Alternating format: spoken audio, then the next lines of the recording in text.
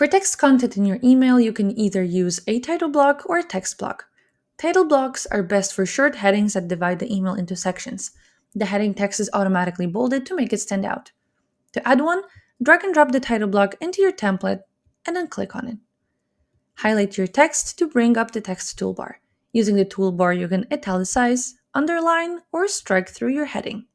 The titles will always use the bold version of the font, whether it's selected in the toolbar or not. Here, you can adjust the font size and the font family.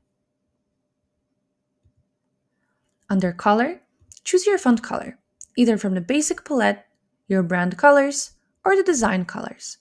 The Advanced tab opens a color picker, allowing you to choose a custom color. I'm going to go for this one. The Highlight option works the same way, letting you pick your text highlight color.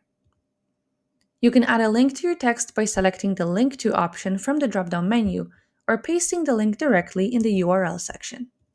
Next, set your title alignment. The last two toolbar settings will allow you to add an emoji or merge tag.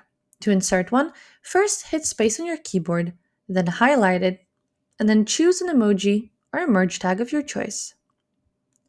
On the left panel under the Block tab, you can set the block's background color or an image, and then adjust the margin and the padding.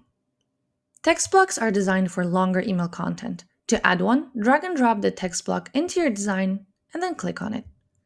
Highlight any part of your text to bring up the text toolbar. You can use the same formatting options as for the title blocks. Text blocks also support numbered and bulleted lists. Simply choose the type of list and pick the style from the dropdown.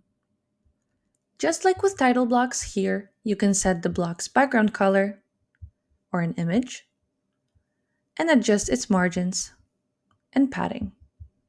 Text blocks also allow you to adjust the line height by picking one of the options right here.